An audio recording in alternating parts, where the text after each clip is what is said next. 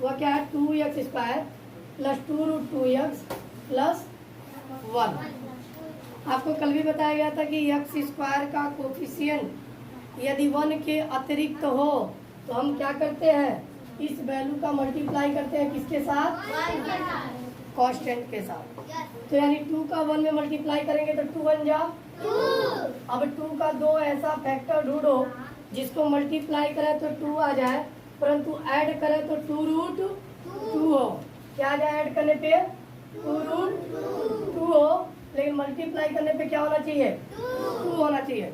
तो बताइए क्या होगा वो नंबर, क्या होगा।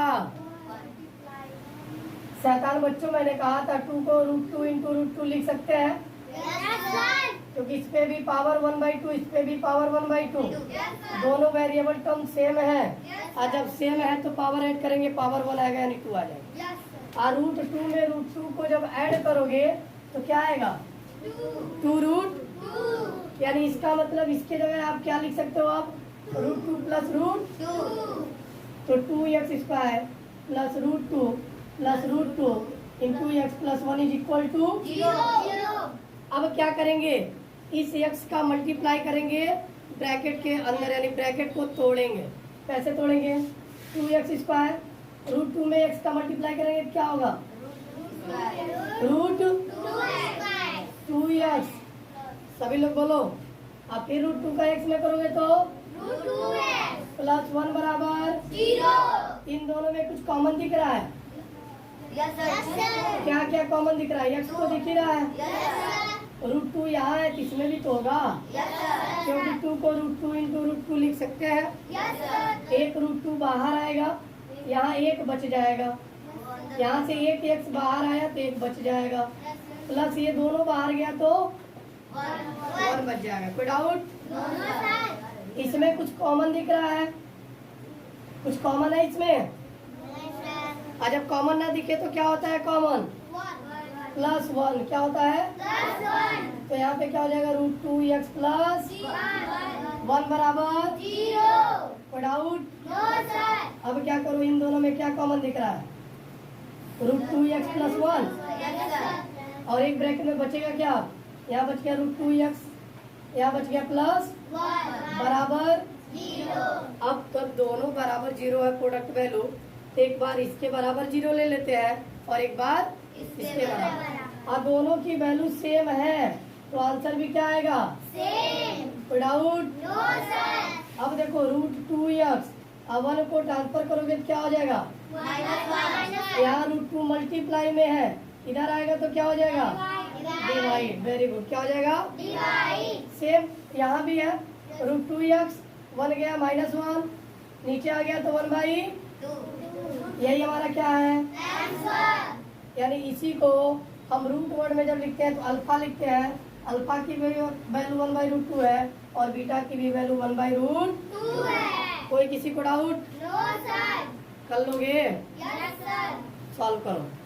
आपके पास 4x² plus 5√3x plus 3 is equal to 0।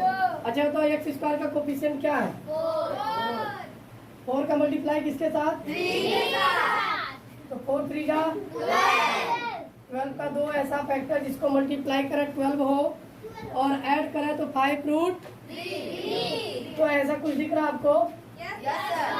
अगर मैं इसी को √3 इंटू √3 कर लूँ, किसको 3 को, यहाँ है ना 3, इसी को मैं लिख सकता हूँ √3 इंटू √3।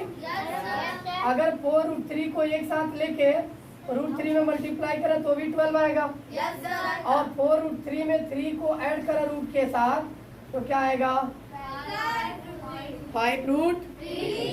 अब इसके जगह ध्यान दो, 5√3 की जगह क्या लिख सकते हैं 4√3 इंटू प्लस 3 बराबर 4x² प्लस 4√3 में x का मल्टीप्लाई करेंगे क्या होगा 4√3x, क्या होगा और √3 में मल्टीप्लाई करोगे तो प्लस 3 बराबर 0। अब बताओ इन दोनों में कॉमन क्या होगा x, 4 और यहाँ क्या बचेगा? यहाँ क्या बचेगा? यहाँ क्या बचेगा? इन दोनों में क्या कॉमन हो सकता है? 3 की √3। शैतान बच्चों, यहाँ √3 इंटू √3 नहीं लिख सकते हो, तो ये √3 और ये √3 क्या हो जाएगा? कॉमन। यहाँ क्या बचेगा? प्लस √3 बराबर 0। अब इन दोनों में क्या कॉमन होगा? x प्लस √3 क्या बच जाएगा?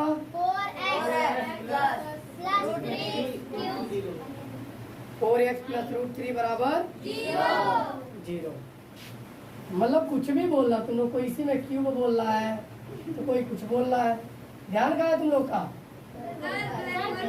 अभी बहुत पीटेंगे व्हाइट बोर्ड पे, ब्लैक बोर्ड पे नहीं। अब बताओ, √3 को ट्रांसफर करोगे क्या हो जाएगा?